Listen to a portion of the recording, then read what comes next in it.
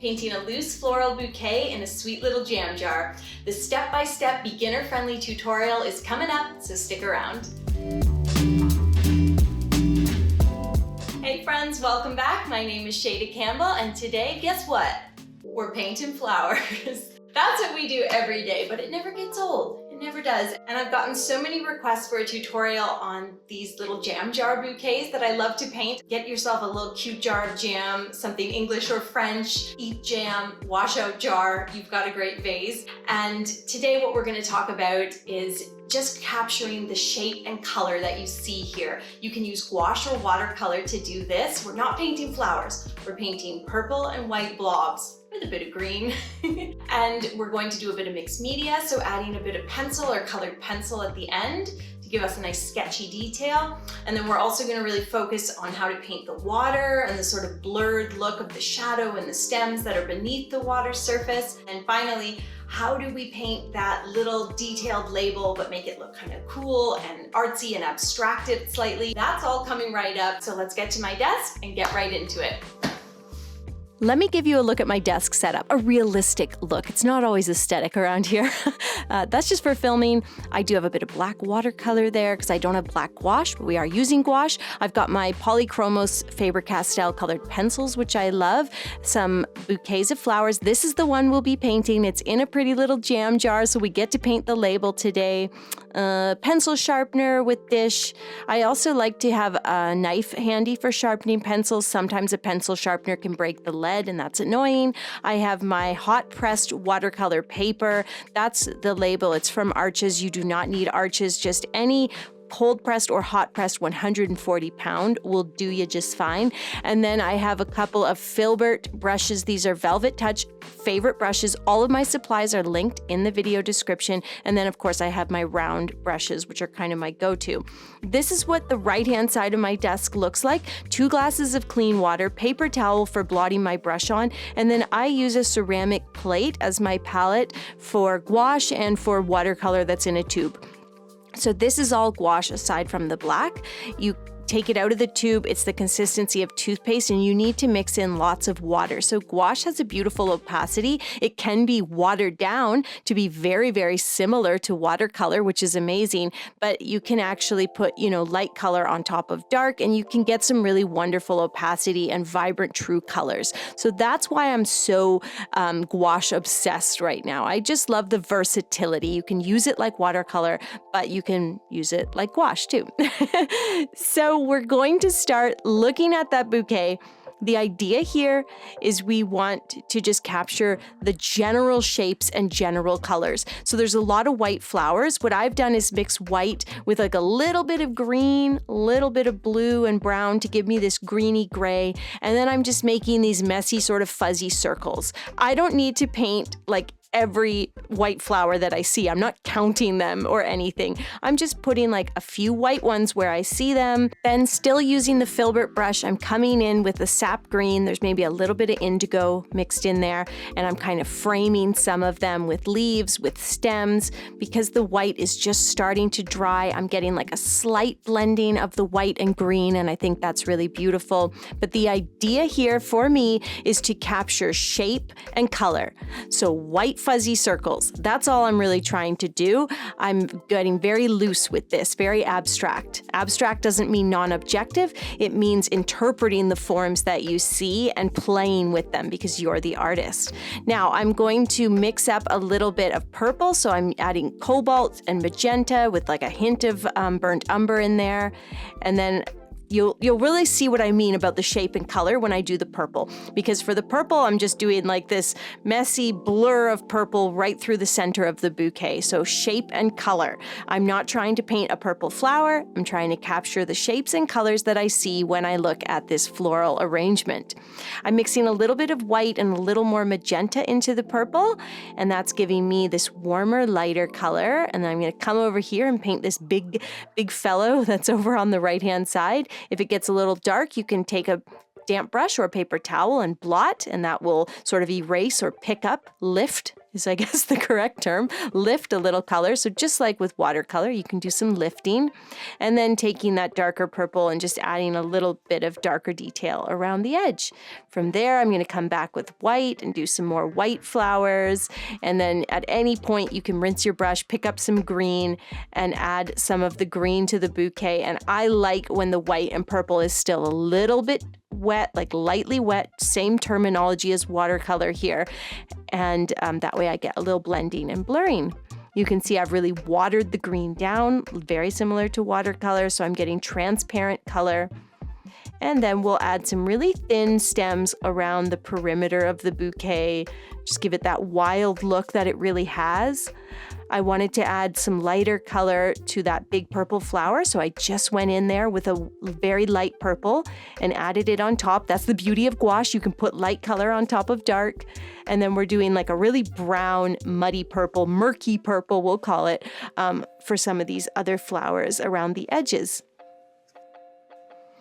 Next up, we're going to take that warm brown and do some of these small, delicate bits around the perimeter. Whether I'm painting from life or from imagination, I love to add these little delicate, tinier details.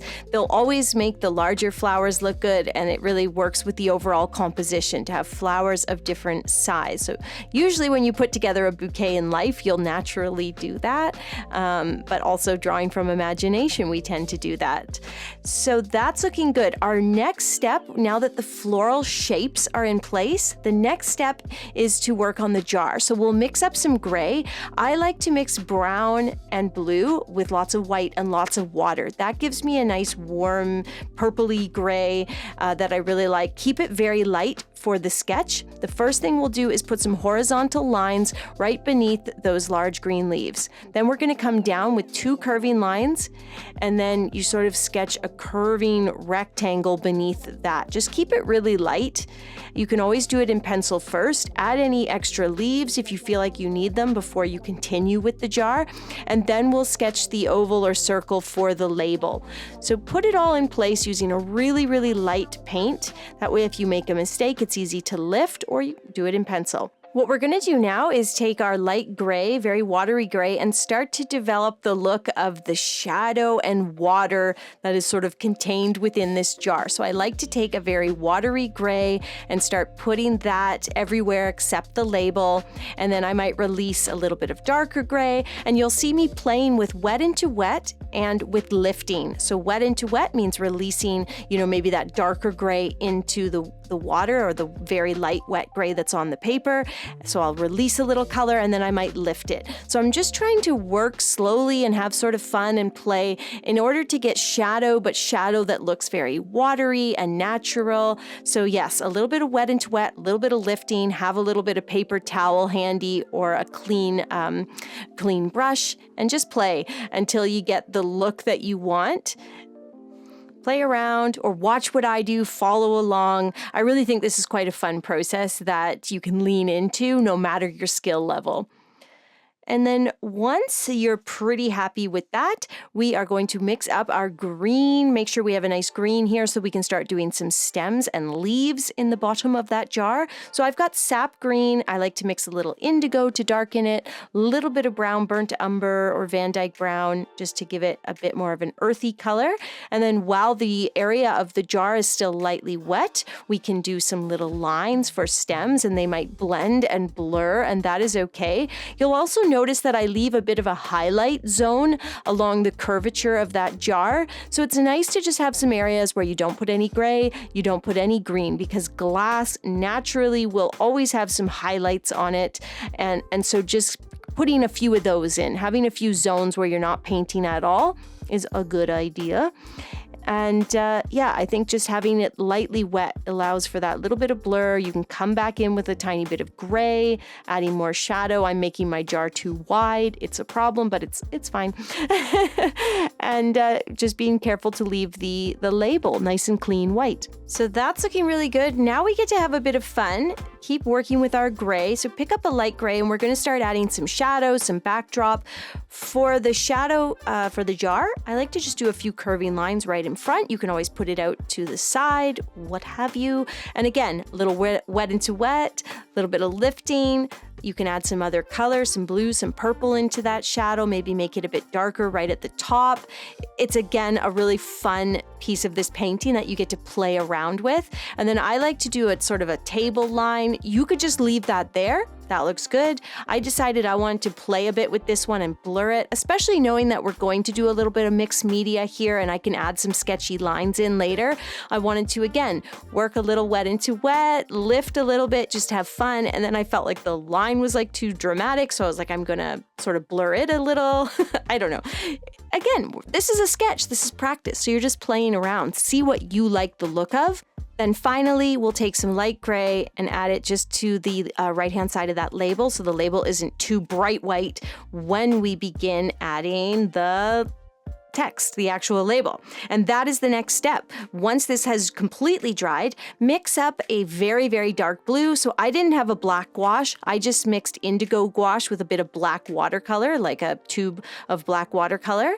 And then I've got a number 2 pointed round brush here, or a long round. So it's a very small, delicate point to that brush, which is perfect.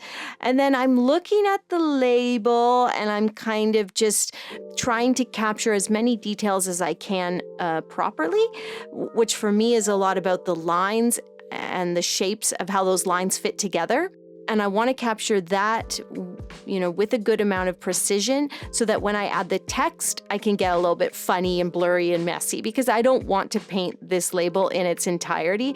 I want to abstract it just as we did with those flowers. So I'm interpreting what I see before me with my artist's eye. I don't have any desire to paint things with a lot of realism. I want to paint them the way I feel about them. And so getting the lines of the label becomes a part that I concentrate on so that then when we start to add the text and the logo, I can just get really free. So you can see there's sort of like a crown or something on the logo, and I just do kind of like messy wet spots. And then something like the 250 ml, I'll sort of paint 2-5 line L or something. So I'm just removing letters and kind of removing pieces of letters so that I'm hinting at the shapes that you see when you look at this jar, almost as if it's slightly out of focus or you're a little too far away to read it. For the really small text, I'll just do wiggly lines. Strawberry jam is like strawberry. It's like strawberry with no vowels almost. And I was able to write the full word jam because I do think that's important. But yeah. And then once that label is looking good, I'm going to come back in here with a dark green and maybe just add a hint more structured detail on some of those blurry lines. But I don't need to do a lot.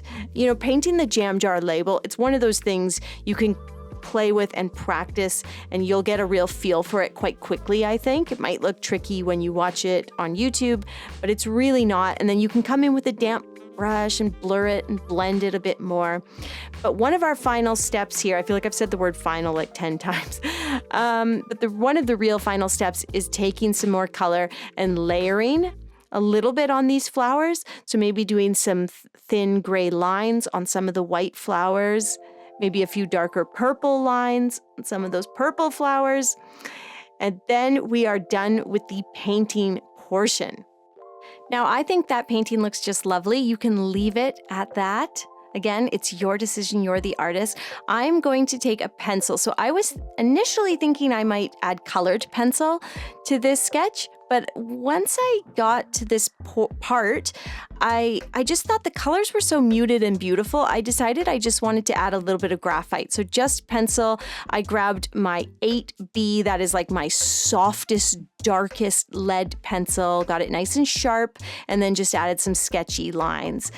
So adding a few lines in that shadow, and you can see me sharpening it with the knife because sometimes the pencil sharpener causes cracks in the lead. I'm adding a few sketchy, messy scribbles to some of those white flowers to really make them pop. I don't want to do too much. I'm very aware that I tend to add more detail than I really like. You know, if you love detail, go for it. But I will always look at these videos and be like, oh, you really had it there like 5 minutes before you stopped. So I'm just trying to do a few small details, but not get carried away. And added a few more sketchy, messy little blooms there in the back. I kind of thought that looked cool. Signed it. Added some more details because I can't stop. Just stop, girl, just stop. And then I was done. Then I decided to erase a bit. That's the nice thing about pencil and even colored pencil. You can take it down if you do too much, which I'm the queen of doing too much. So there you go. And I still have a hot cup of tea. That only took about 40 minutes. It's just one of those fun sketches. I'm trying to paint every day right now. I'm really trying to do that even when it's difficult. This one I did. If you don't follow me on Instagram, go follow at Shayda Campbell and you'll see some quick tutorials over there. And if you're interested in live art classes, those are available on my Patreon. We do them once a month. This is the one from the other night's class. It always takes place on the final Thursday of the month. Although you don't have to be there, you can watch the replay anytime. And in fact, you can watch all of the replays of the like 50 plus classes anytime. So it's just $10 a month to actually take part or watch these classes. They're super in-depth and very personable and slow. So yeah, if you love painting flowers, come join us. That's available on Patreon and it's just $10 USD per month to get access to these live classes and of course all the other bonus content. Thanks for hanging out, guys. I'll see you soon.